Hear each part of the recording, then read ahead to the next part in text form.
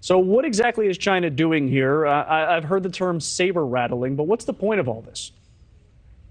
Well, obviously they're responding to what happened with Speaker McCarthy, him deciding to meet with President Tsai Ing-wen in Los Angeles. She also met with Minority Leader Hakeem Jeffries. She previously had met with Speaker Pelosi when she had gone there. So obviously there's a lot, and there's currently a bipartisan group of members there, congressional members there in Taiwan now. So what China is doing is raising the bar and saying to the U.S., if you continue to meet with Taiwan, we're going to continue to threaten that island nation, regardless of what you say about it. And the U.S. members of Congress are saying, we don't care. We're going to do it anyways. That is exactly what they're saying. I'm wondering if this reaction is the same, different, escalated compared to when Pelosi did visit over there.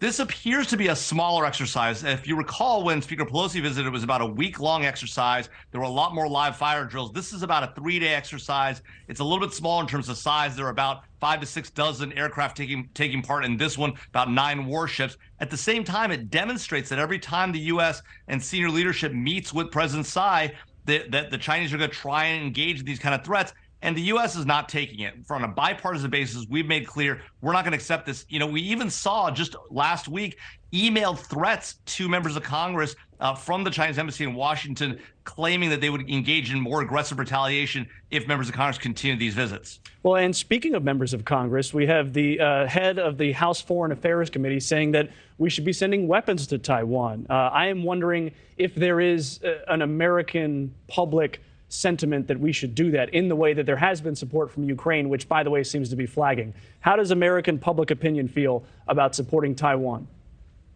You're exactly right, Mitch. There has been flagging support for Ukraine. At the same time, the U.S. public has long stood behind Taiwan. We've got about $19 billion in backlog of aid that we promised to Taiwan that still hasn't been delivered, and about another $3 billion that's been approved by Congress that still needs to be funded ultimately. That all being said, the American public does seem to have less of an appetite for getting in a conflict with China. And so what we really need to see is leadership from the president and his immediate National Security Council making clear to the American people that if we are going to get involved in a conflict in Taiwan, why we're doing it and the importance of it, which is not just that Taiwan is one of the biggest allies we have in the region and critical to our national security with semiconductors, but also 60% of world trade travels through the Taiwan Strait. So it's a really important area for us to be sure we have friends and partners in. Yeah, we need to make sure we can go through that without being hassled by the Chinese. Jamil Jaffer from the National Security Institute, thank you.